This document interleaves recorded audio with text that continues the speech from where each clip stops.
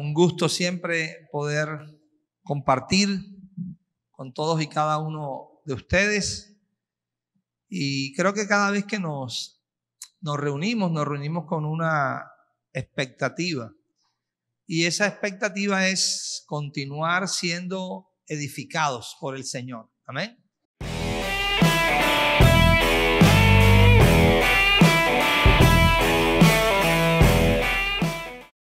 Continuar siendo entrenados por el Señor, direccionados, formados, ¿okay?, por Él en nosotros. Hoy vamos a compartir, tanto esta noche como mañana, un poco acerca de lo que es el reino de Dios, esa perspectiva que Dios tiene acerca de su gobierno, que siempre ha estado presente en su corazón, ¿ok? En términos muy básicos podríamos decir, y en términos muy elementales, el reino de Dios es el gobierno que tiene el rey sobre un territorio, ¿ok? Y eso es el reino. Eso es una definición de reino básica, elemental, pero por ser básica y elemental no deja de ser primordial, ¿okay? El gobierno que tiene un rey sobre un territorio específico y determinado se denomina reino, ¿ok? En este caso estamos hablando de el reino de Dios, ¿ok? Entonces, si hablamos del reino de Dios, tenemos que hablar de el gobierno de Dios. ¿Sobre qué? Sobre un territorio. Lo que necesitamos identificar es, cuando hablamos de territorio, en el caso del reino de Dios, ¿a qué nos estamos refiriendo? ¿Ok? ¿A qué nos estamos refiriendo? Entonces, Pablo habla claramente acerca de este reino en Romanos capítulo 14. Vayamos allí, por favor. Romanos capítulo número 14. Y vamos a mirar el versículo número 17. ¿Okay? Pablo, hablando de este reino, el reino de Dios, dice muy claro y lo dice de esta manera: porque el reino de Dios no consiste, ¿okay?, porque el reino de Dios no consiste en comida ni bebida, ¿okay? No es ni comida ni bebida. Estamos hablando de cosas que naturales, cosas de abajo. Pablo dice, el reino no consiste en eso, ¿okay? ¿Sino en qué?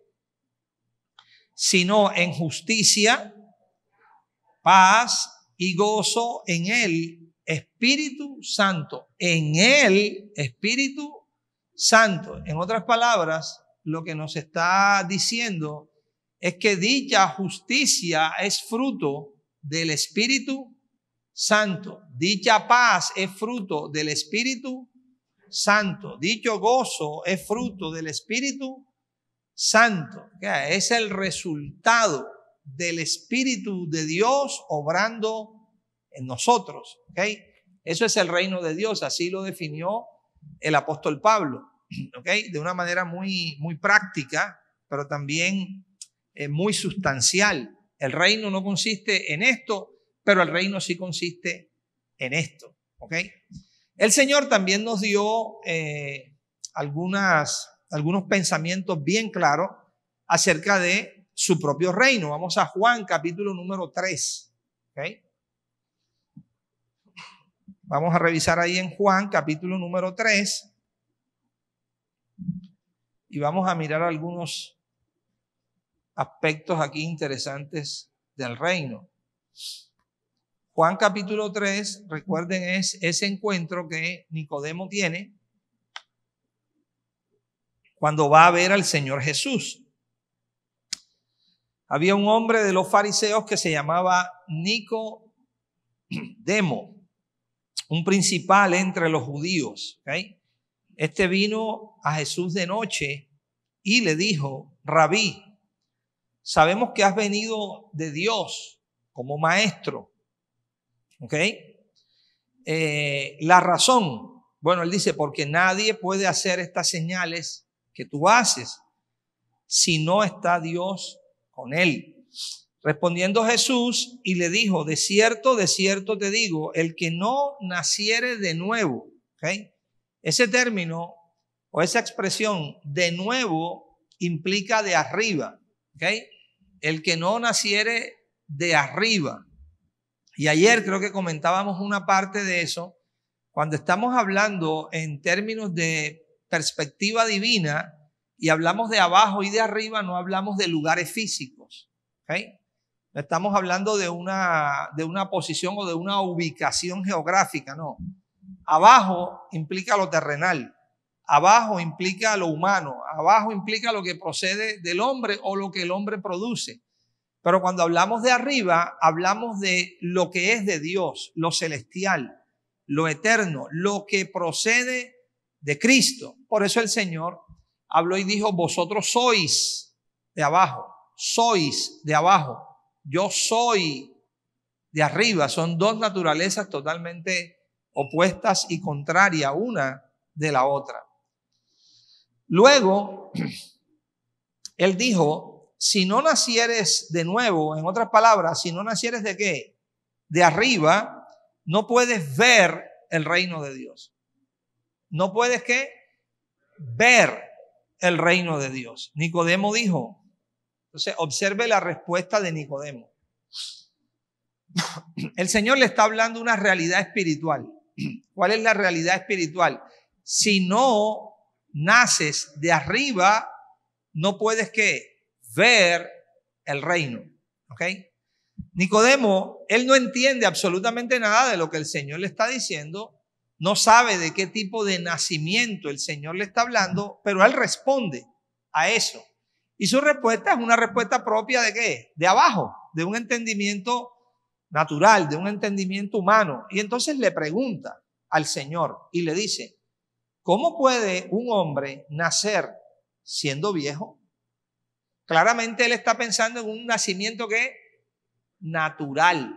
¿Okay? Como él escuchó que el Señor dijo, el que no naciere de nuevo, él lo que está pensando es, ya yo nací por primera vez, mi madre me parió, pero ahora, ¿cómo puede o cómo puedo lograr nuevamente que mi madre me para otra vez? O sea, ¿cómo ya un hombre siendo adulto, cómo puede volver otra vez a nacer? ¿Okay? Si ya es viejo, entonces saca una conjetura, ¿okay? Una idea que se le viene a su mente y dice, ¿puede acaso entrar por segunda vez en el vientre de su madre y nacer? Esa es la idea que él tiene. ¿Cómo? ¿Pero cómo? Un hombre grande, mayor, ¿cómo puede meterse en el vientre de la mamá y volver a qué? A nacer. Entonces, todas estas ideas, por supuesto, que solamente brotaban de un entendimiento natural, limitado, que este hombre tenía, no llegaba a la comprensión de lo que el Señor realmente le estaba diciendo. Y el Señor respondió, ¿ok? No dándole ninguna explicación a las conjeturas que él estaba sacando, sino afirmando nuevamente una verdad espiritual. De cierto te digo que el que no naciere de agua y del Espíritu no puede entrar en el reino de Dios. El que no naciere de agua y del Espíritu no puede entrar en el reino de Dios. Y era que las declaraciones que el Señor hacía eran declaraciones de realidades espirituales, ¿ok? Que si no se entienden desde esa realidad que el Espíritu puede iluminar o puede alumbrar, entonces nunca se llega a participar de dicha comprensión. El Señor muchas veces habló acerca del agua, ¿ok? Pero no habló acerca del agua dentro de un contexto de lo natural, sino que siempre dejó entrever una realidad espiritual que había detrás de eso. Creo que ayer lo compartíamos o esta mañana, cuando él le dice a la mujer samaritana y le comenta y le dice, mujer, si tú conocieras el don de Dios, ¿y quién es el que te dice, dame de beber?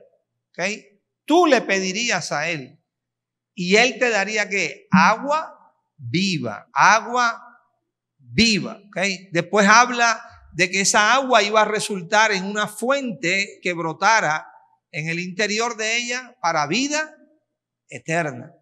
Después habla en Juan capítulo 7, fiesta de los tabernáculos, primer día de esa gran fiesta, se pone de pie y dice: aquellos que creen en mí, como dice la Escritura, de su interior correrán ¿qué? Ríos de agua viva. Claramente el agua estaba apuntando a la palabra viva y a la palabra eficaz, a la palabra sustancial de Dios, al verbo de vida. ¿Okay? Cuando él se refiere al que no nace de agua y del Espíritu, no está hablando del agua física, no está hablando del agua natural, está hablando del agua como ¿qué? Como vida, como palabra sustancial, como palabra eterna. Tienes que nacer de la palabra, tienes que nacer del Espíritu. Es un nacimiento espiritual. ¿Es un nacimiento qué? De arriba. A menos, le dice, que nazcas de arriba, entonces podrás ¿qué? Ver y podrás entrar ¿en dónde? En el reino. Por tanto, este reino no es natural. ¿Ok? Pero no solamente no es natural, sino que tiene otras connotaciones. O sea, no cualquiera puede verlo. Porque no se puede apreciar con el ámbito natural o con los ojos naturales. Él lo dijo. Si no se nace de arriba, no se puede ¿qué? Ver ese reino.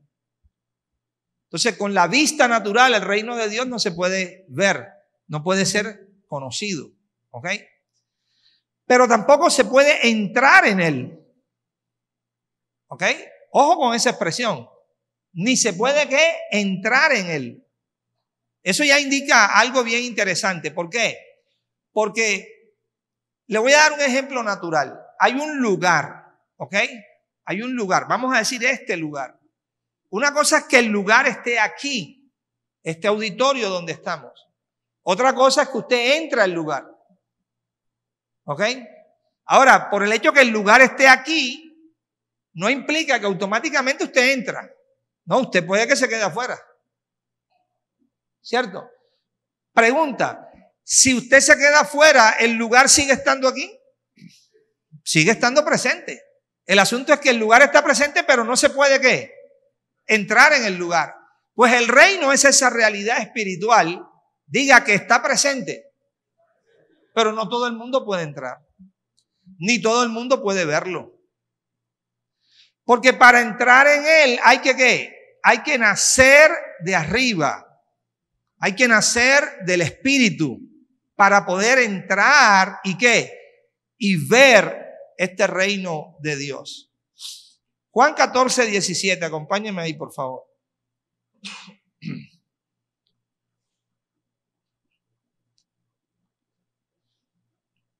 Juan 14,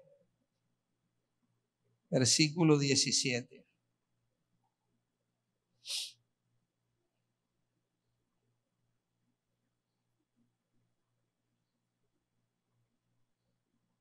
¿Ya lo tienen?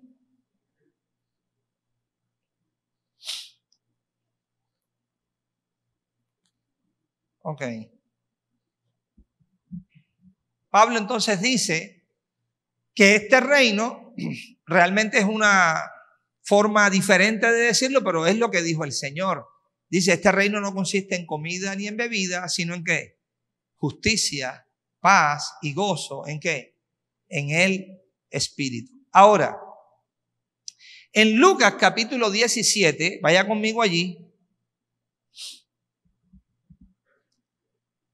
No, Lucas capítulo 17, versículo número 20.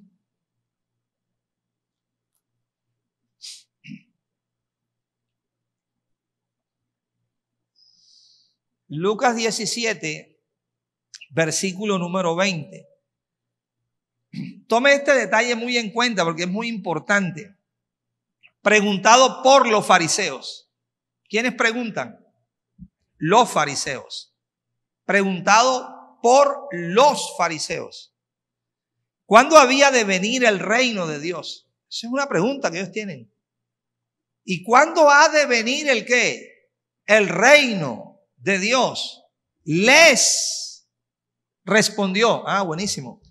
Preguntado por los fariseos cuándo había de venir el reino de Dios, les respondió y dijo, pregunta, aquí hacemos un pare. Les respondió, ¿a quién?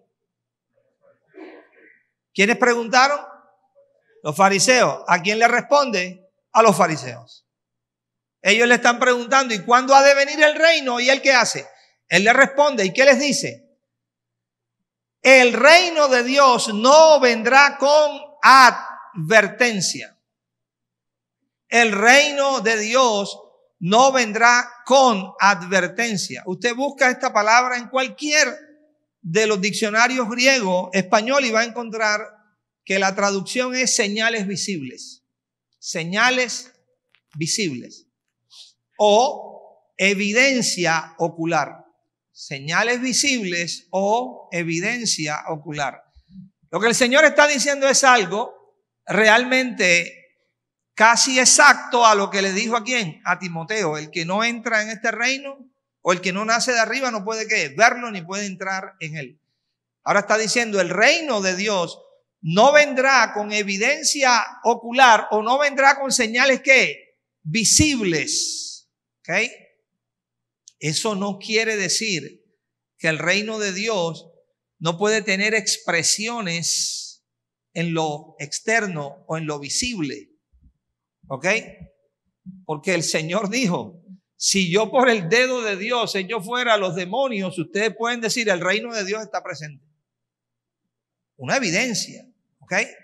Pero es una evidencia que externa, que se da. Pero Él lo que está diciendo, cuando el reino no viene con señales visibles o no viene con evidencia ocular, es que el hombre natural o el ojo natural no es capaz de discernir el reino, no puede verlo, nunca entiende la sustancialidad que el reino tiene, ¿ok? Porque es un reino que es espiritual, es un reino espiritual. Y luego sigue diciendo, ni dirán, helo aquí o helo allí, porque he aquí el reino de Dios está entre vosotros. ¿Ok? No es la mejor traducción. Entre vosotros. La palabra que se usa en los escritos que encontramos en la mayoría de estos nuevos testamentos griegos interlineales, del griego es la palabra ento. Aquí la traducen como entre. ¿Ok?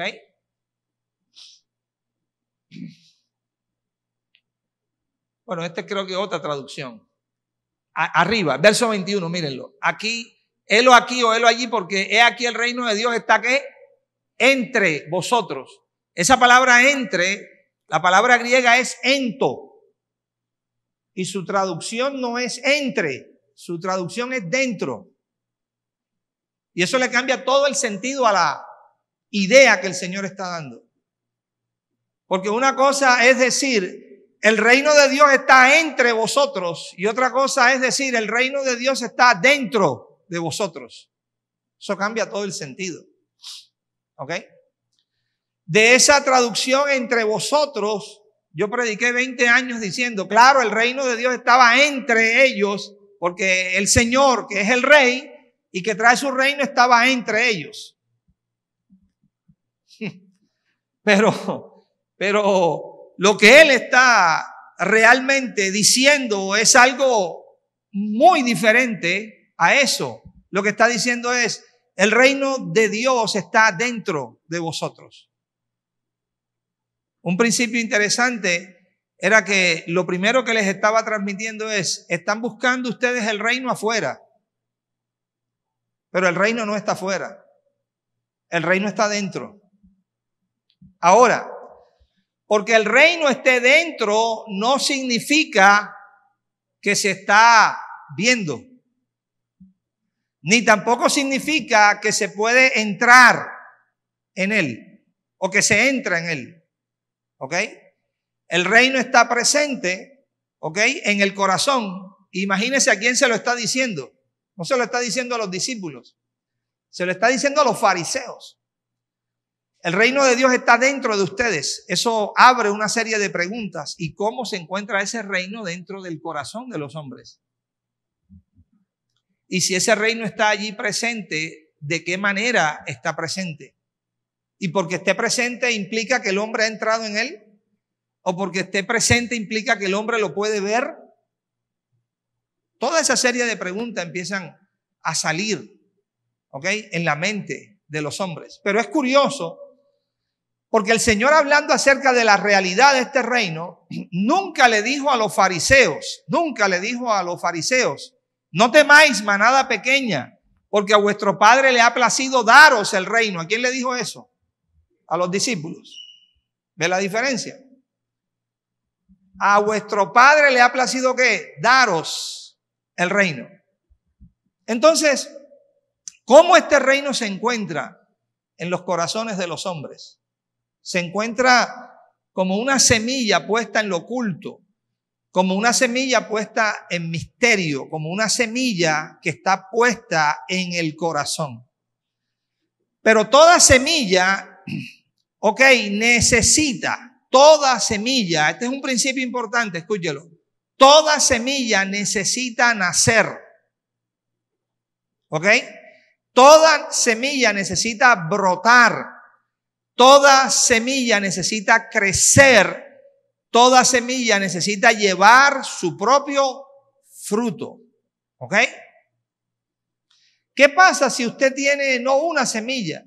Usted puede tener un bulto de semillas. Pero ¿qué pasa si estas semillas nunca nacen y nunca brotan? Usted nunca llega a ser participante ¿de qué? De todo lo que esa semilla ¿qué? Encierra. Aunque en esa semilla está todo el potencial para desarrollarse, si esa semilla no nace y si esa semilla no brota y si esa semilla no crece, entonces aunque se tiene la semilla, nunca se puede llegar a ¿qué? A experimentar lo que ella es.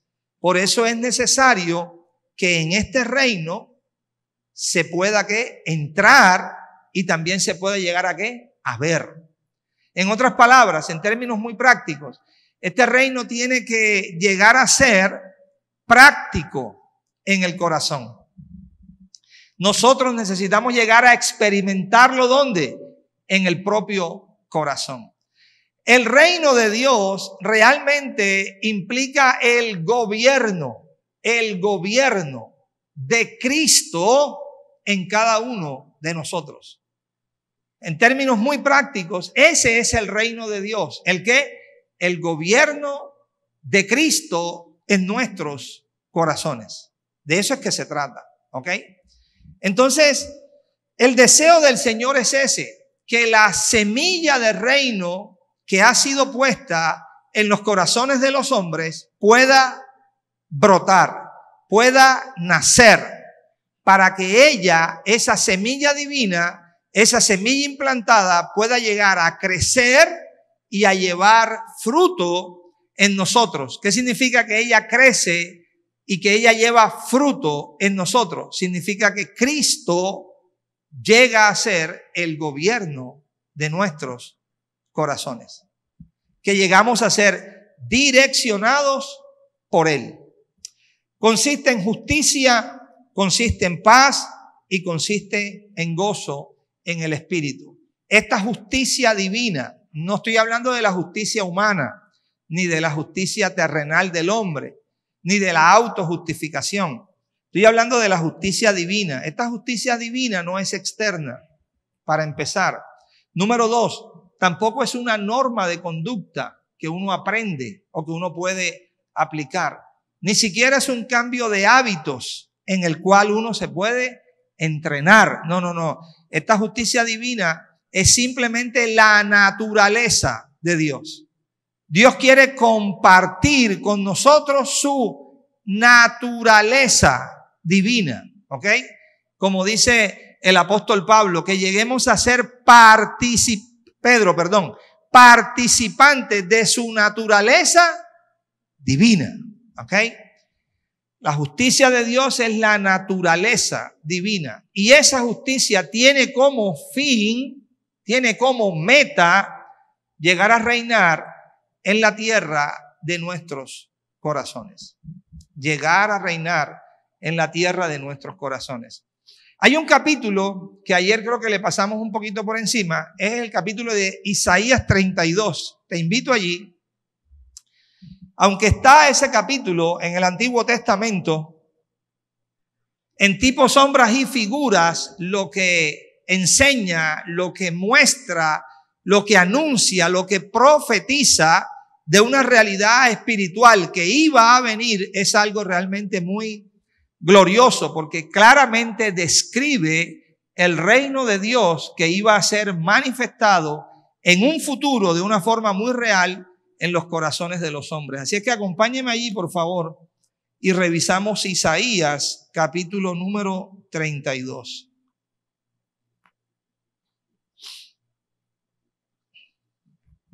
Vamos a empezar desde el versículo número 1.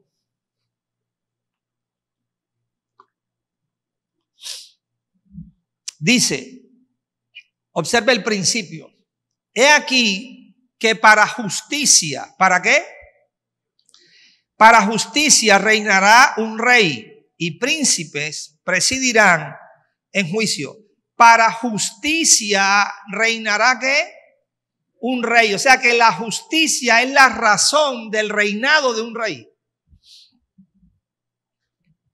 La justicia es la razón del reinado de un rey. ¿Okay? Un rey reina ¿para qué? Para justicia. ¿Ok? Cristo tiene como una de sus metas reinar en nuestros corazones. ¿Qué significa eso? Que en nosotros haya una realidad, una manifestación real ¿de qué? De la justicia, que no es otra cosa de la naturaleza de Dios creciendo y gobernando cada día ¿en dónde? En nuestros propios corazones. El hombre sin Dios se gobierna a sí mismo. El hombre sin Dios se gobierna solo. El hombre sin Dios busca lo suyo propio. El hombre sin Dios puede crear su propia idea de Dios, puede crear su propia idea del evangelio, puede crear su propia idea de reino, puede crear todo para sí mismo.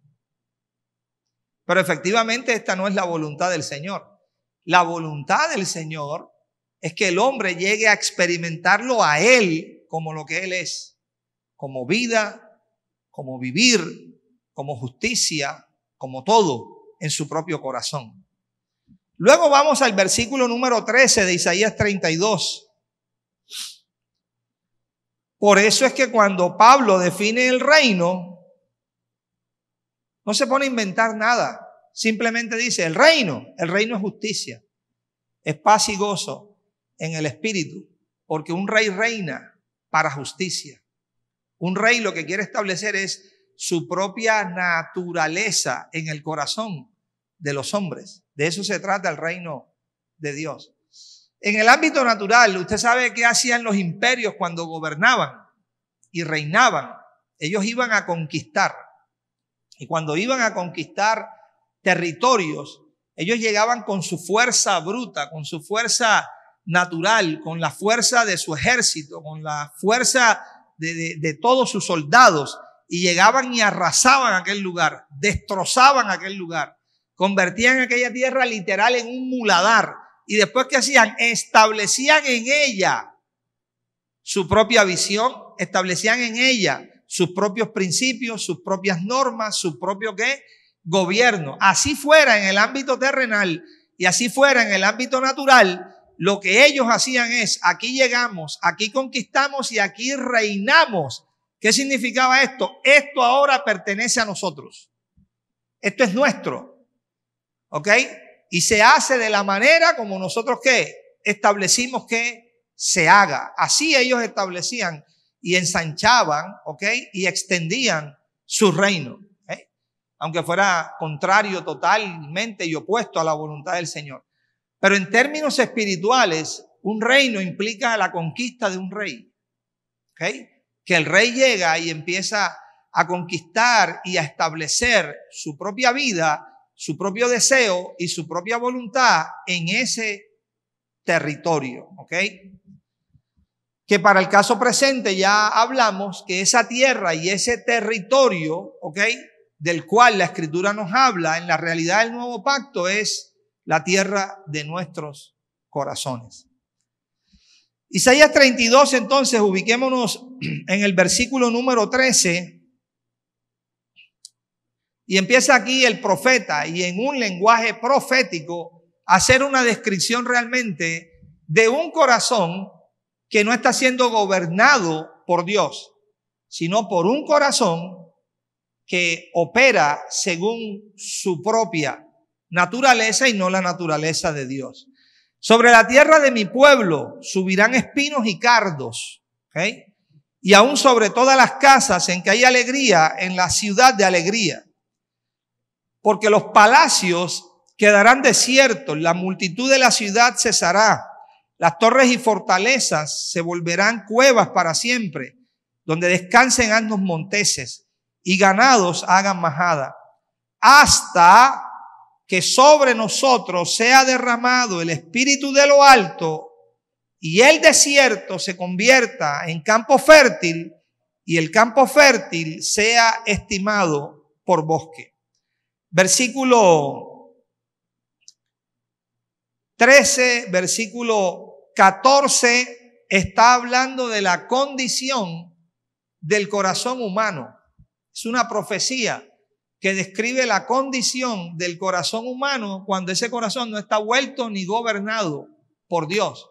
Y el versículo siguiente, que es el versículo que leímos, el 15, habla de cuando Dios empieza su obra de operación en el corazón del hombre, hasta que sobre nosotros sea derramado el espíritu de lo alto y el desierto se convierta en campo fértil y el campo fértil sea estimado por bosque. Ahora, sabemos que en el antiguo o en el contexto, antiguo testamentario, el Espíritu de Dios venía sobre los hombres. Estaba con ellos, operaba con ellos, fluía con ellos, luego se retiraba, ¿ok? El Señor les declaró y les dijo, el Espíritu que ahora mora con vosotros estará ¿dónde? En vosotros.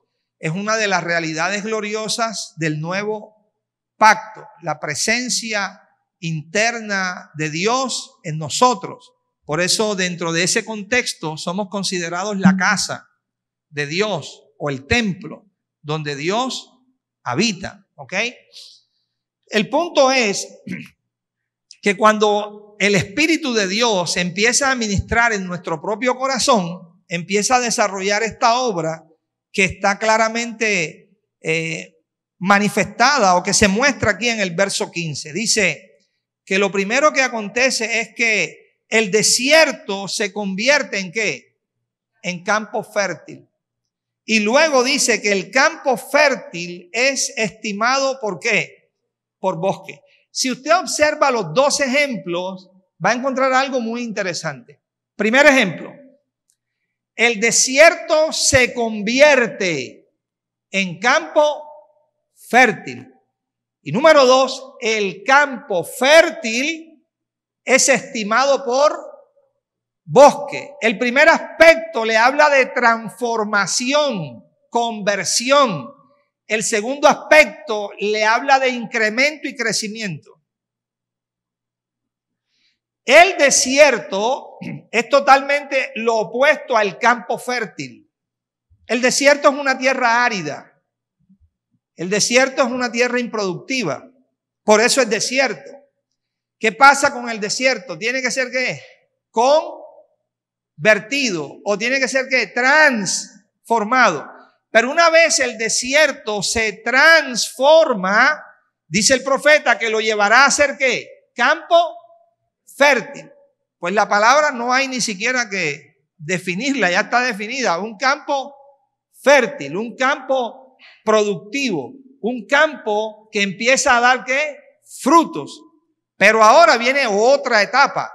La otra etapa es que ese campo que es fértil se llegará a estimar como ¿qué? Como bosque. Entonces nos está hablando de un ¿qué? incremento o aumento de ese campo fértil que antes de ser campo fértil era ¿qué? Desierto. Amados, eso es un cuadro, eso es una imagen, eso es una sombra que se nos presenta de la obra que hace el Espíritu de Dios en los corazones. Cuando el Espíritu de Dios llega a nuestros corazones, encuentra nuestros corazones en una condición. Esa condición es la condición de desierto, donde nosotros humanamente no estamos produciendo nada para Dios, aunque humanamente estemos produciendo muchas cosas para nosotros mismos. Pero una cosa es producir para nosotros mismos y otra cosa es que podamos producir ¿para quién? Para Dios. ¿Ok? Porque para producir para Dios necesitamos tener una medida de Dios que nos haya sido dada y que dicha medida pueda crecer y ser incrementada en nosotros. ¿Ok? Dios jamás va a pedir algo de nosotros que primeramente Él no lo haya establecido en nuestro propio corazón. Lo que va a recibir Él de nosotros es la propia medida de Él.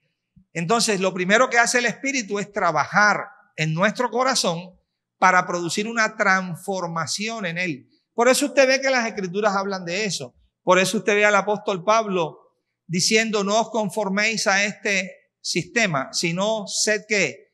Transformados. ¿Por medio de qué? De la renovación de vuestro entendimiento, para que lleguen a conocer la buena voluntad de Dios, agradable pero no es nada nuevo, era la realidad que todos ellos manejaban. Se los dijo de una forma distinta a como se lo dijo a la iglesia en Roma, se lo dijo a la iglesia en Éfeso. Efesios 4 del 22 al 24. Despojaos del viejo hombre que está viciado conforme a los deseos engañosos. ¿Ok? Y renovaos en el espíritu de vuestra mente y vestíos del nuevo hombre que ha sido creado según Dios en la justicia y santidad ¿de qué? De la verdad. Entonces, el reino de Dios tiene que ver con esto, tiene que ver con esa obra del Espíritu de Dios en nuestros corazones, que primeramente tiene que trabajar en nosotros para llevarnos a ser transformados a la imagen ¿de qué? De Cristo. Eliminar en nosotros lo que no es de Dios o lo que no ha producido Dios, sino que hemos producido ¿quiénes? Nosotros mismos. Por eso para Pablo esta realidad del reino, esta realidad de la gracia, esta realidad de la cruz, no era algo que estaba separado o aislado, una verdad de otra verdad y otra verdad por allá. No, todas encajaban a la perfección. La gracia que operaba en Pablo, el evangelio que operaba en Pablo, la verdad presente que operaba en Pablo, era la misma palabra de la cruz que operaba en Pablo, y también decía, con Cristo estoy juntamente crucificado. ¿Y cuál era el resultado de estar con Cristo juntamente crucificado? Ya no vivo yo. Si Pablo dice, ya no vivo yo, Pablo, ¿qué estaba diciendo? Esta gracia, este reino, este evangelio, esta palabra implantada, esta cruz, me ha llevado a experimentar algo. ¿A experimentar qué? La pérdida de mi propia vida.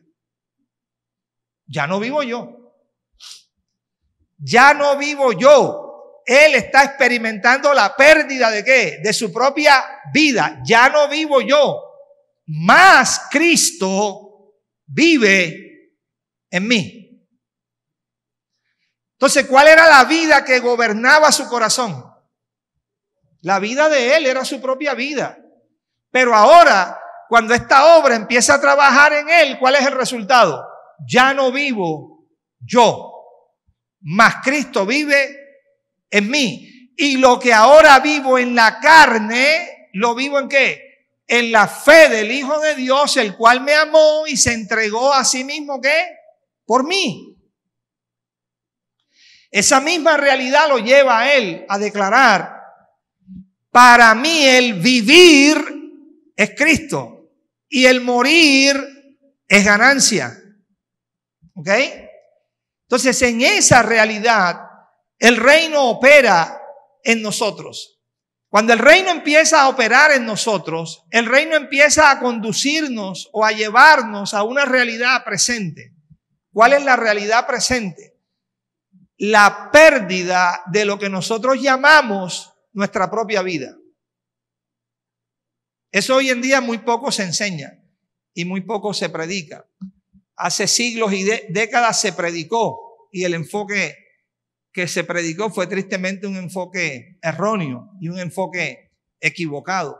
Pero las palabras del Señor Jesús no han pasado de moda, siguen estando latentes y vigentes como hace 2000 años salieron de su boca. Si alguno quiere ser mi discípulo, niéguese a sí mismo, tome su cruz diaria y ¿qué? Y sígame. Y eso de tomar la cruz diaria, hemos hecho 50,000 chistes acerca de la cruz diaria.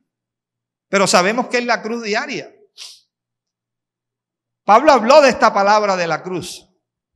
Y Pablo dijo que ella, la palabra de la cruz, es poder de Dios.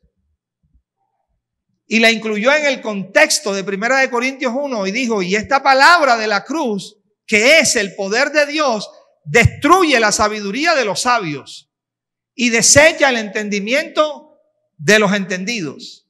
Estaba hablando de la obra de Cristo que empieza a producir en el corazón del hombre para eliminar en nosotros todo lo terrenal o natural con respecto a nuestra manera de pensar, de ese pensamiento egoísta, personal que nosotros tenemos, solo mirando según nuestro propio yo. La obra de la cruz trabaja en eso para crucificar eso que está en nuestro corazón y empezar a producir el brote de lo divino, de lo de Cristo, de lo del Señor en nosotros. Así es que esa es la primera parte. El desierto se convierte ¿en qué? En campo fértil. Y luego el campo fértil, a bosque, incremento, aumento, crecimiento. ¿Qué es lo que Dios busca? Bueno, Dios busca eso: incrementar, cosechar, crecer. Y cuando habla de cosechar, crecer, incrementar, lo que está hablando es que en ti y en mí crezca la medida del don de Dios que se nos ha dado. La medida del don de Dios que se nos ha impartido. ¿Ok? Los apóstoles hablan de muchas formas y de muchas maneras para describir esta realidad. La realidad del reino que empiece a crecer y empiece a gobernar en nuestros corazones. Por ejemplo, Pablo habló de ella en el contexto de que Cristo se ha formado en el corazón.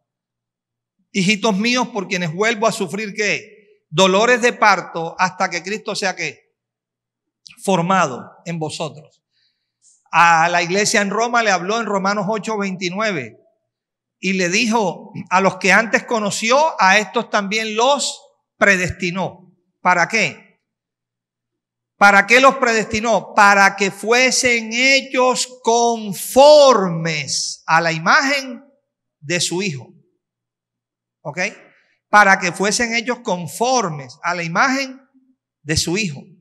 A la iglesia en Corintios le dijo, capítulo 3, la segunda epístola, verso 18: pero nosotros todos, mirando a cara descubierta como en un espejo la gloria del Señor, vamos siendo transformados de gloria en gloria como a la misma imagen por el Espíritu del Señor. Todos estos pasajes, ¿de qué hablan? Hablan de que nuestro corazón va siendo ¿qué? Transformado y va siendo cambiado a la imagen de Cristo, pero que esta imagen de Cristo en nosotros, esta sustancia de la vida en nosotros, cada día también va tomando ¿qué? Crecimiento, y va tomando aumento, y va tomando incremento, va tomando gobierno en nuestro corazón. Y luego Cuando esas dos realidades el profeta las expone, mire lo que continúa diciendo. Versículo 16. Y habitará el juicio en el desierto, ¿ok? Y en el campo fértil morará la ¿qué? La justicia, ¿ok? En el desierto trabaja el juicio. En el campo fértil mora ¿qué? La justicia, ¿ok? Nosotros normalmente venimos con, ¿cómo se llamará?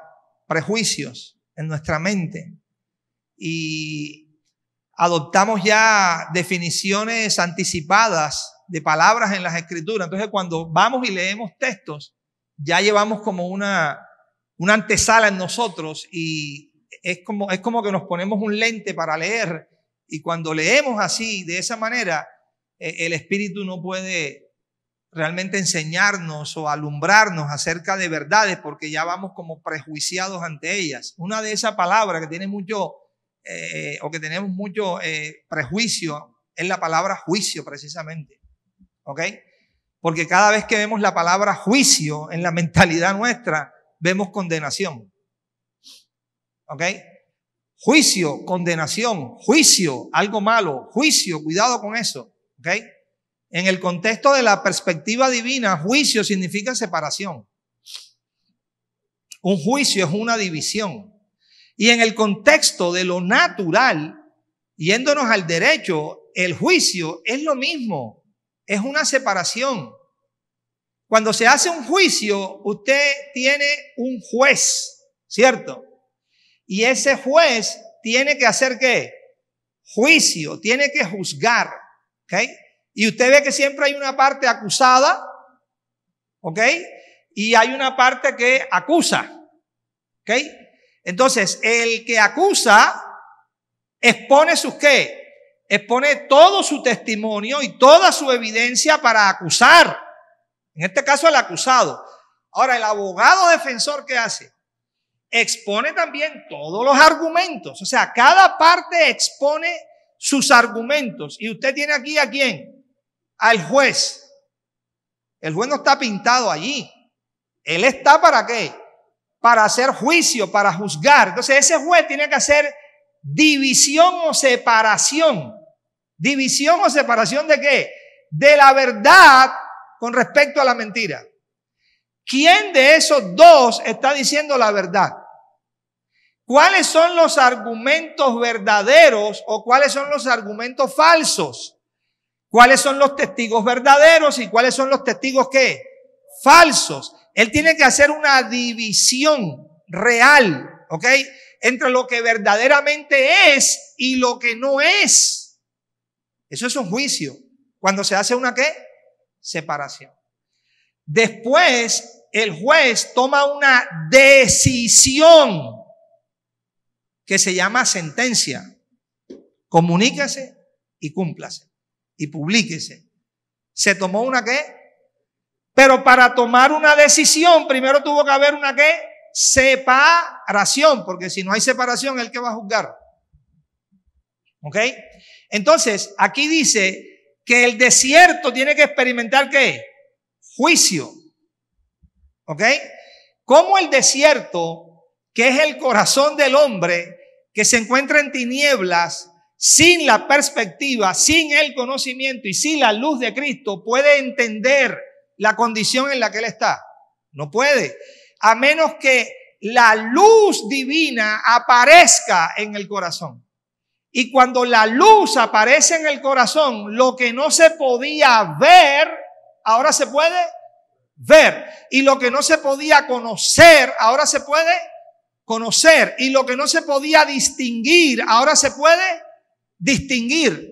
Entonces, cuando la luz de Cristo alumbra en tu corazón y alumbra en mi corazón, se empieza a manifestar dentro de tu interior una claridad y una luz que trae el Espíritu y te puede enseñar el Espíritu qué está en ti que procede de Dios y qué está en ti que no procede de Dios. ¿Qué es de Dios y qué no es de Dios? De esta separación te habla todo el capítulo 1 de Génesis. Cuando la luz apareció en Génesis, capítulo 1, verso 3, claramente la luz hizo una separación con las tinieblas. Y entonces Dios a la luz le llamó como día. El término día aparece por primera vez en la Escritura, primera mención dentro del contexto de la luz que brilla por primera vez en Génesis 1:3, o por lo menos se muestra ahí por primera vez. ¿Ok? No aparece, el término día no aparece en términos de tiempo cronológico 24 horas, no, aparece en términos de luz. Y la luz, dijo Dios, sea la luz, manifiéstese la luz. Y a la luz le llamó como día, y a las tinieblas le llamó como noche. Entonces hubo una separación. Y luego separó las aguas, ¿okay?, que estaban encima del firmamento con las aguas que estaban debajo del firmamento. Separación, división. Pues esa misma separación y división tiene que aparecer y se tiene que dar ¿dónde? En nuestros corazones. Pero el hombre no tiene capacidad para hacer juicio. El juicio que opera Dios, uno no tiene capacidad para hacerlo uno mismo. Entonces Dios tiene que empezar ¿a qué? A producir ese juicio. ¿Dónde lo produce? En nuestro propio ¿qué? Corazón. Así es como Él va convirtiendo el desierto en campo fértil. Si no, no entendiéramos la expresión del apóstol Pedro. Recuerda la expresión del apóstol Pedro. Pero es necesario que el juicio de Dios empiece por la casa de Dios. ¿Quién es la casa de Dios?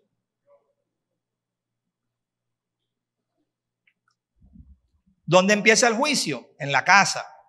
Por la obra de su Espíritu, ¿en dónde? En el corazón. Pero no solamente Dios se queda allí. La meta no es solamente convertir el desierto en campo ¿qué? Fértil, sino ahora llevar ese campo fértil ¿a qué? A bosque. A que haya un incremento de la vida, justicia, naturaleza, gloria, poder, amor de Cristo. ¿En dónde? En nuestro propio corazón. Todo eso para darte la explicación de por qué el juicio habita en el desierto. ¿Ok? Y en el campo fértil mora ¿qué? La justicia. Porque ya hay un brote de la naturaleza de Dios en el corazón que lo ha hecho un campo fértil y ahora lo va a llevar a ser bosque. Y luego dice, y el efecto de la justicia, la labor de la justicia, estoy en el verso 17, el efecto, la labor, el resultado de la justicia, ¿cuál es? Paz. Entonces, justicia divina, naturaleza divina en el corazón. Ojo, ojo. No cambio de hábitos. ¿Ok? No practicar principios morales. Yo no estoy hablando de eso. Estoy hablando del brote de la naturaleza de Dios en el corazón del hombre, que te lleva a deleitarte y a gozarte en obedecer a Dios, no como un mandamiento que te lo imponen externamente, sino como una realidad de vida que brota desde dentro de tu corazón. Y solo en esa realidad entiendes expresiones como: tus mandamientos no me son gravosos, me son más dulces que la miel. Tu pueblo se te ofrecerá voluntariamente en el día de tu manifestación. Entonces, Dios empieza a producir en nosotros su vida, su gobierno, su justicia, y eso empieza a ser una ¿qué? Realidad en cada uno de nuestros corazones. Esta justicia va a tener como resultado, va a tener como efecto, ¿la qué? La paz. Entonces ahora tienes justicia y tienes paz. Ok. Y el efecto de la justicia será paz. Y la labor de la justicia, reposo y ¿qué? Y seguridad. ¿Para cuándo? Para siempre. Y mi pueblo habitará ¿en qué? En moradas de paz, en habitaciones ¿qué? Seguras. Quítese de su mente conceptos naturales, ¿ok?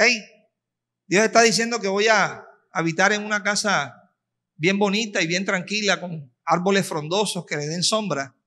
Dicho sea de paso, Dios no tiene ningún problema con eso, ¿ok? Usted habite en la casa que pueda habitar y disfrútela, si Dios se la ha dado, ¿ok? Pero esto es un lenguaje espiritual, es lo que le estoy queriendo decir. Mi pueblo habitará en moradas ¿de qué? De paz. ¿Qué está diciendo eso? Que cuando la justicia de Dios, la naturaleza de Dios, está haciendo su brote, su aparición, su crecimiento, su formación en cada uno de nuestros corazones, el resultado que vamos a tener y cómo vamos a caminar es la ¿qué? La paz de Dios. Ahora, la paz de Dios, que hace parte del fruto del Espíritu, es algo totalmente diferente a lo que los hombres llaman paz. Los hombres le llaman paz realmente al contexto de la ausencia de guerra.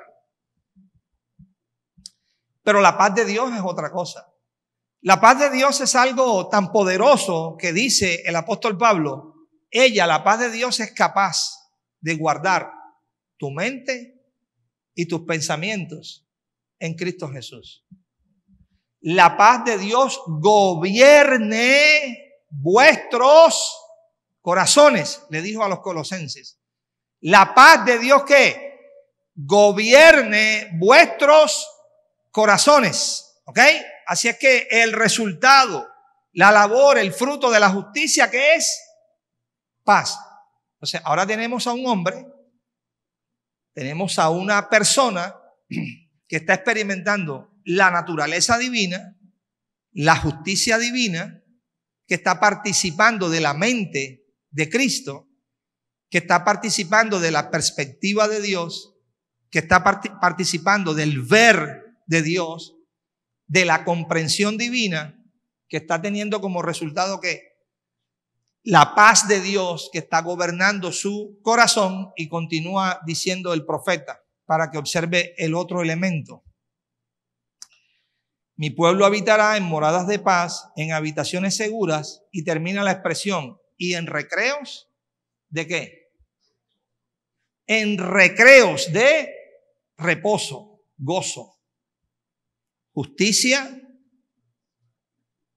paz y ¿qué? Y gozo. ¿Qué es el reino? Justicia, paz y gozo. Esa es la realidad a donde el Señor quiere ¿qué? Llevarnos, a que podamos experimentar el brote de su gobierno, el brote de su reino en cada uno de nuestros corazones. ¿Ok? De este reino hay mucho que el Señor habló, hay mucho que el Señor dijo. Tiene muchas características, además de las que hemos visto, muchísimas más. Él, por ejemplo, comparó el reino como una semilla de mostaza. ¿Ok? Dijo, este reino es como una semilla de mostaza, la más pequeña de todas las hortalizas, que es puesta en la tierra, pero cuando crece llega a ser ¿qué? La más grande de todas. No fue casualidad que cuando habló también acerca de este reino, dijo, este reino es como una levadura celestial que una mujer tomó en su mano, ¿ok? Y la colocó en 3 medidas de harina hasta que todo fue ¿qué? Leudado. El reino de Dios es como un hombre que toma una semilla y la planta en la tierra y va y duerme y se levanta y la semilla brota y crece sin que él sepa cómo. Todas estas parábolas apuntan a una realidad. ¿Cuál es la realidad a la cual todas estas parábolas apuntan? Amados, el reino de Dios empieza como algo muy pequeño en el corazón. Empieza como algo muy pequeño en el corazón. No empieza como algo gigante. Empieza como algo muy pequeño en el corazón. Empieza como la semilla más pequeña en el corazón. Ahora vamos a hablar en términos de agricultura. El corazón del hombre es una tierra donde muchas plantas fueron sembradas y crecieron y llegó a estar lleno de muchos árboles. Esos árboles, en términos figurativos, implica todo lo que Dios no plantó en nosotros, pero que creció en nosotros. ¿Me explico? Dios no plantó eso en nosotros, pero esas cosas que crecieron en nosotros. Recuerda esta expresión de Mateo 15 del Señor, cuando declaró una palabra y dijo: lo que contamina al hombre no es lo que entra por su boca, sino es lo que sale de ella. ¿Cómo? ¿Qué pasó? Los fariseos se ofendieron enseguida. ¿Cómo es posible que digas eso? ¿Cómo es posible que le permita a sus discípulos comer sin las manos lavadas? Ellos estaban todavía en sus estructuras naturales y externas y creían que la contaminación se debía a algo externo, impuro, que consumían. Y el Señor les dijo: señores, el problema no es allí, están mirando equivocadamente. El problema del hombre está en lo que sale de su boca. ¿Por qué? Porque lo que sale de su boca, del corazón, sale. Lo que sale de su boca, del corazón, sale. Lo que sale de su boca, del corazón, sale. ¿Cuál es la fuente de contaminación? No la busques afuera. La fuente de contaminación está dentro. Del corazón salen. Y empieza a hacer la lista. Porque del corazón salen. Y hacemos la lista y no acabamos. De todo lo que sale, ¿de dónde? Del corazón. Entonces, ¿qué es lo que tiene que ser limpiado por el Señor? El corazón. ¿Qué es lo que tiene que ser transformado por el Señor? El corazón. ¿Y qué es lo que tiene que ser llenado por la vida, naturaleza y gloria de Dios? El corazón. ¿Es un asunto de qué? Del corazón. ¿Qué es lo que tiene que ser transformado? El corazón. Por eso la religión humana siempre ha fracasado y siempre fracasará por una sencilla razón. ¿Cuál? No cambia y no transforma el corazón. Pero el reino sí. El gobierno de Cristo sí lo hace. Pero la religión no lo puede hacer. Porque la religión te impone normas. ¿Ok? Te establece conductas. Te establece principios externos para que el hombre los haga. Pero el hombre, por mucho que haga, nada de esto le afectará ¿qué? El corazón. Tiene que ser algo que brote ¿desde dónde? Desde dentro del corazón. Volviendo al punto, ¿ok? Para no salirme de allí, te decía que el corazón del hombre es como una tierra que ha sido sembrada y han crecido en él muchas plantas que el Padre no plantó. Y literalmente así lo dijo el Señor. El Señor dijo: toda planta que no plantó mi Padre será ¿qué? Desarraigada. Ahora, el asunto está en que nosotros, como nosotros vemos esa realidad. Toda planta que no plantó mi Padre, ¿de qué plantas está hablando? ¿Y dónde fueron plantadas? Para mí, estoy convencido, en el corazón. ¿Y dónde el Padre va a desarraigar esas plantas? En el corazón. El reino empieza como algo muy pequeño, como una pequeña semilla plantada en el jardín de nuestro corazón. Pero allí donde se planta esa pequeña semilla, si nosotros realmente somos mansos y humildes para volvernos a ella y permitir que ella trabaje y obre en nosotros, esa pequeña planta, ¿sabes qué va a pasar? Va a empezar a crecer. Va a empezar a crecer. Y va a empezar a crecer y va a empezar a crecer y va a llegar a ser la planta más grande, el árbol más grande de todo nuestro corazón. Al punto que va a empezar a desarraigar todas las plantas que han estado ahí presentes que el Padre no plantó. Y entonces va a crecer en nosotros la única planta que el Padre siempre quiso que creciera en nuestro corazón. Y se llama la planta de Dios.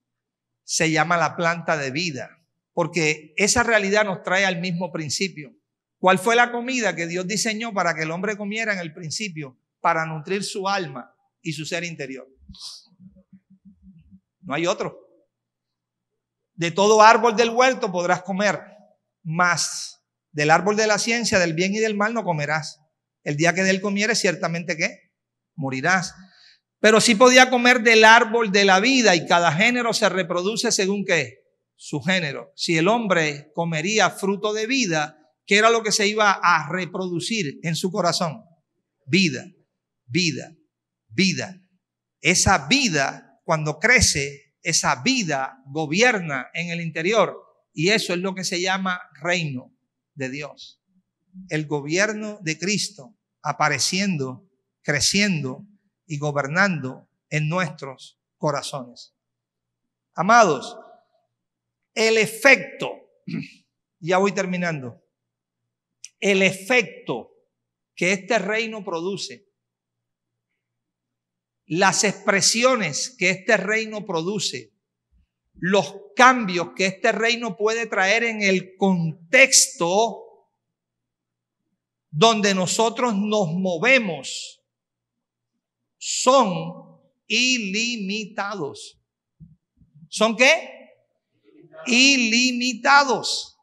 Porque es la propia expresión y es la propia manifestación de la misma vida y poder de Cristo a través de cada uno de nosotros.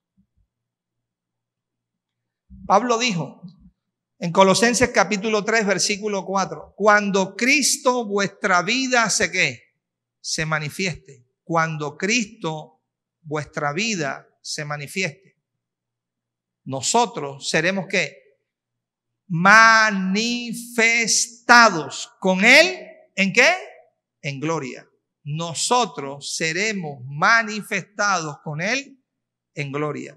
En otras palabras, cuando empieza a crecer esta realidad celestial en nosotros, entonces también se va a producir, además del cambio y la transformación interna que Dios desea y quiere producir en cada uno de nosotros, Dios entonces nos usa como instrumentos, como vasos, como vasijas en sus manos para Él traer una expresión y una manifestación de su propia vida, de su propia esencia, de su propia naturaleza, y producir Él en el ámbito de los hombres lo que Él desea y lo que Él quiere producir. En esa medida, cuando somos guiados, en esa medida, cuando somos direccionados, entonces somos instrumentos en las manos de Dios para que Dios desee y haga lo que Él quiere hacer por medio de nosotros. Escuche la expresión, por medio de nosotros. Termino con esto. En todo este contexto de la realidad divina, la obra de Cristo se puede establecer, por decirlo así, en tres aspectos. Primer aspecto, lo que Cristo hizo por nosotros. ¿Cuál es el primer aspecto? Lo que Cristo hizo por nosotros. Segundo aspecto, lo que Cristo hace en nosotros. ¿Ve la diferencia? Aquí estoy hablando en términos pasados. Lo que Cristo hizo por nosotros. Lo que Cristo hace en nosotros. Y tercer aspecto, lo que Cristo hace por medio de nosotros. ¿Lo ve? ¿Está claro? Lo que Cristo hizo por nosotros, lo que Cristo hace en nosotros y lo que Cristo hace por medio de nosotros. En este recorrido hablo a nivel personal, pero también en gran parte lo que he visto en términos generales,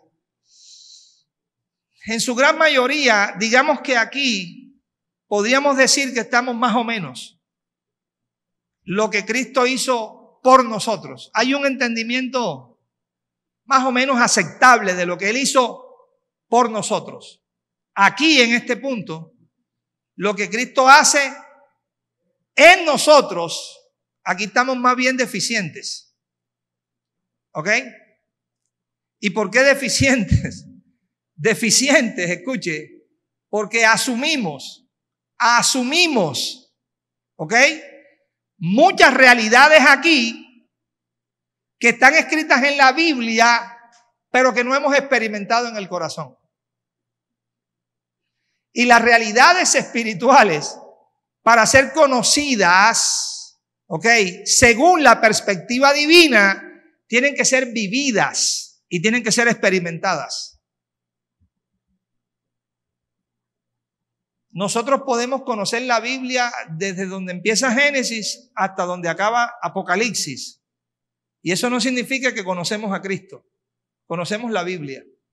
Y conocemos la descripción que la Biblia hace acerca de Cristo. Eso no significa que estamos aprendiendo a Cristo. Son dos cosas distintas. Aprender a Cristo implica una transformación interna de tu propio corazón. Aprender a Cristo. Conocer íntimamente a Cristo implica que tú eres transformado y cambiado. Puedo conocer toda la Biblia y seguir siendo el mismo. ¿Ven la diferencia? Entonces, esta es una obra presente. Esta es una obra que Dios hace, lo que Dios hace en mí. Y la evidencia que tiene esa obra es que soy ¿qué? Transformado a la propia imagen ¿de quién? De Él. Cuando esta realidad la estamos viviendo, entonces viene la otra. Lo que Cristo hace por medio de nosotros. ¿Ok? Una me va a llevar a la otra.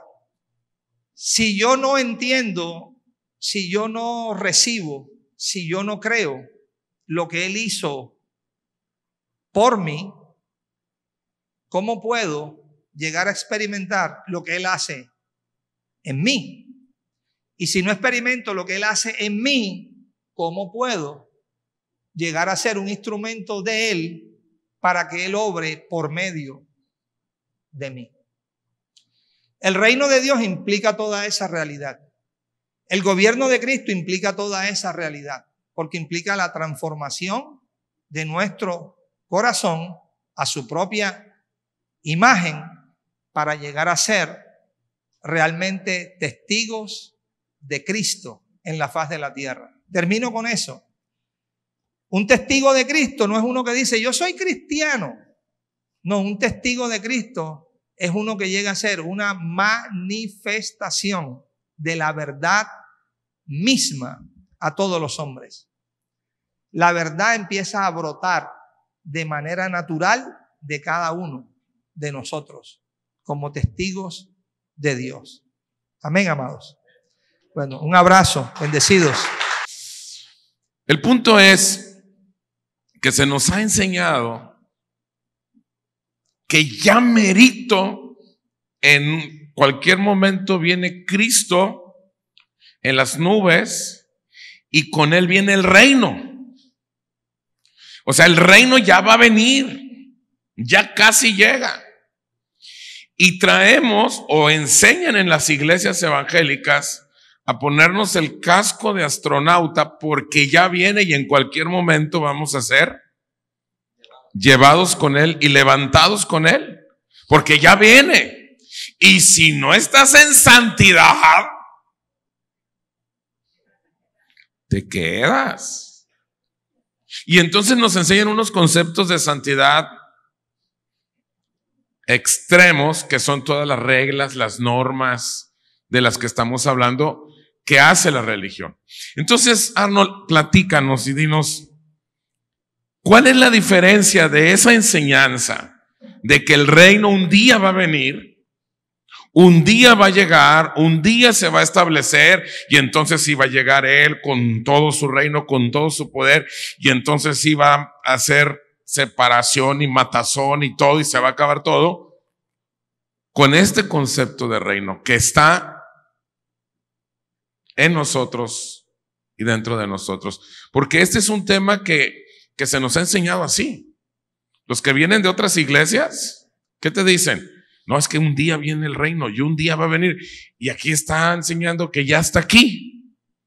Entonces, a ver, ¿cómo nos puedes? Tienes 3 minutos, brother, porque ya les vi cara de que ya se quieren ir. Sí, bueno, igual con esta realidad del reino, que han salido una cantidad de conceptos, ideas, opiniones, que nosotros mismos de una u otra forma pues hemos levantado durante mucho tiempo, con el reino, con la gracia, con el nuevo pacto, la salvación, etc. Pero a la luz de la Escritura es completamente claro y evidente. El reino es una realidad espiritual. El reino es el gobierno de Cristo realmente en el corazón. ¿Ok? Aquella idea de que el reino va a venir es total y completamente antibíblica, anticristiana, porque si el reino va a venir, entonces, ¿qué reino trajo Cristo? ¿Qué reino predicó Cristo? ¿Ok? ¿De cuál reino estaba hablando Cristo? Que no vendría de esa manera, con evidencia ocular, para decir, helo aquí o helo allí. Porque el reino de Dios, dijo, está dentro de vosotros. ¿De qué reino hablaron los apóstoles? Si hablaban de un reino que era justicia, paz y gozo en el Espíritu de Dios. El peligro que esto tiene es que cuando se manejan este tipo de ideas o de conceptos, entonces el creyente nunca llega a experimentar este reino o este gobierno en su propio corazón. Porque está esperando algo que a futuro va a llegar, pero está ignorando una realidad espiritual que está en su propio corazón y que él necesita conocer y que necesita vivir y que necesita experimentar. Yo creo que la diferencia es total. La diferencia es vivir en una mentalidad futurista sobre algo que la Escritura no enseña, ¿ok? No enseña. Y aquí me tomo, perdonen el atrevimiento, hago un pequeño paréntesis sobre la misma idea de la venida del Señor, ¿ok? Es que hay muchos términos escriturales que hablan acerca de la venida, la aparición, la manifestación de Cristo. 7, 8, 9, 10 términos espirituales que encontramos a lo largo de toda la Escritura. Y cada término tiene una realidad. Y todos, absolutamente todos, tienen que ver con la obra de Dios que Él hace en el corazón de nosotros. Entonces, que a futuro, que en una realidad, y existen no sé cuántas doctrinas teológicas, ¿ok? De cómo irá a ser la venida del Señor, ¿ok? Y no me meto en eso, en cuántas líneas teológicas o posiciones teológicas hay para eso, pero sí quiero establecer este principio. Por la iglesia o los creyentes durante cientos de años estar pensando en una futura venida del Señor, ¿en dónde ven al Señor? En una futura venida. Pero el Señor está apareciendo continuamente en nuestros corazones. Y eso no significa, esa expresión apareciendo, que usted crea que Él está afuera y de repente se le mete dentro. Y después se va corriendo y después se le mete dentro. No.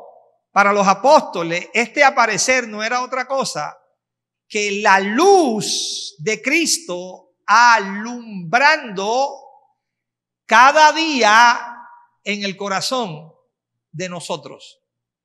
Cada día, a una mayor intensidad, pero cada día esa luz que manifestándose en nuestros corazones. Entonces, estamos tan pendientes de que en un futuro el Señor va a aparecer que estamos ignorando que continuamente Él está ¿qué? Hablando, presente y apareciendo en nuestros corazones. ¿Okay? Entonces dejamos de vivir y de experimentar y de conocer realmente una realidad y verdad presente en nosotros por estar pensando en algo que a futuro va a ¿qué? A llegar. Entonces pasamos todo el tiempo así y realmente nos perdemos de experimentar lo que Dios quiere que experimentemos. El que está pensando que el reino no ha llegado, realmente está tristemente muy equivocado, porque se está perdiendo de la esencia de lo que Dios desea, que tú puedas experimentar ese reino aquí, ahora, en el presente, el gobierno de Cristo en tu propio corazón.